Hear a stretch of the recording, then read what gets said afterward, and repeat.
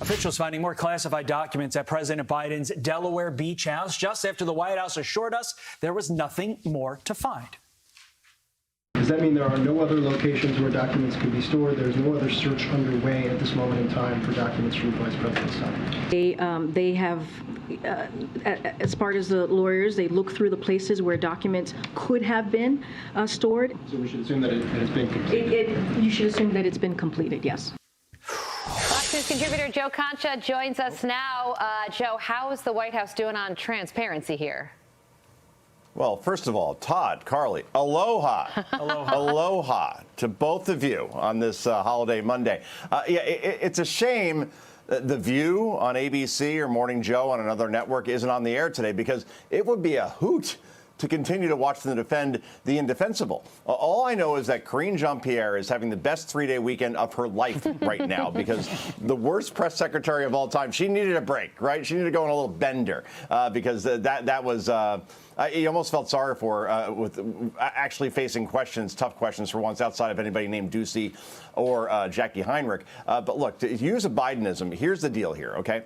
There is no way in a sane and sober world, and the jury is still out on that, by the way, that Donald Trump can be indicted right now unless Biden is also. And we know the latter ain't going to happen, because this whole thing is either weird or rancid, right? All these classified documents, they're at 3 separate locations, and they've been sitting there for 6 years to this point. And right now, a sitting president was likely going to announce that he's going to run again in Joe Biden. Now they're all discovered, right? This makes the swamp look like the Mediterranean.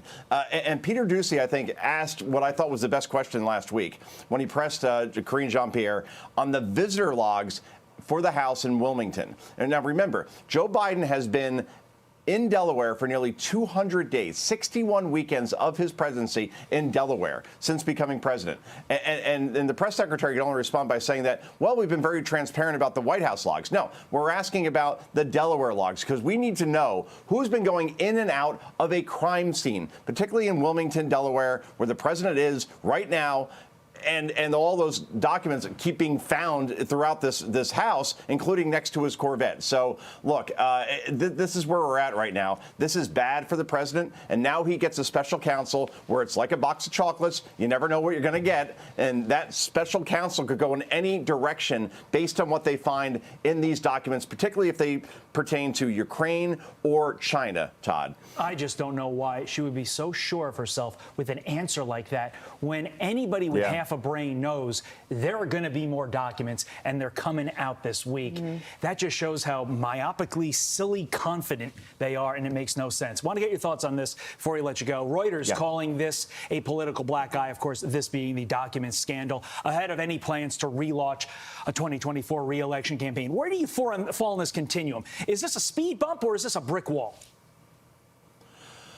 Well, again, it depends on what the documents contain, right? These classified documents. Why were they placed in 2 separate, in Washington and in Wilmington, right? So I think it depends on what is there. But who decided to look for these documents now, right before Biden's about to announce he's going to run for re-election?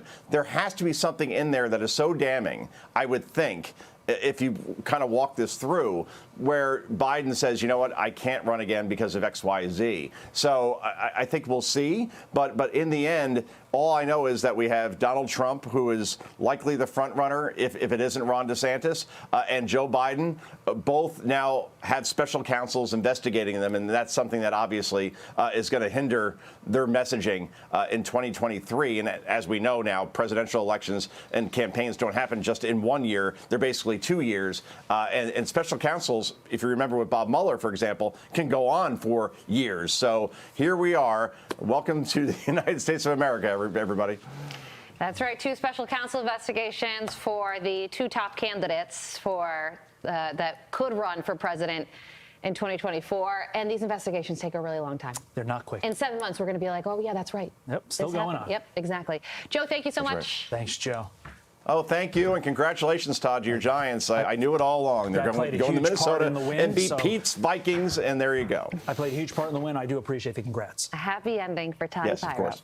I'm Steve Ducey. I'm Brian Kilmeade. And I'm Ainsley Earhart. And click here to subscribe to the Fox News YouTube page to catch our hottest interviews and most compelling analysis.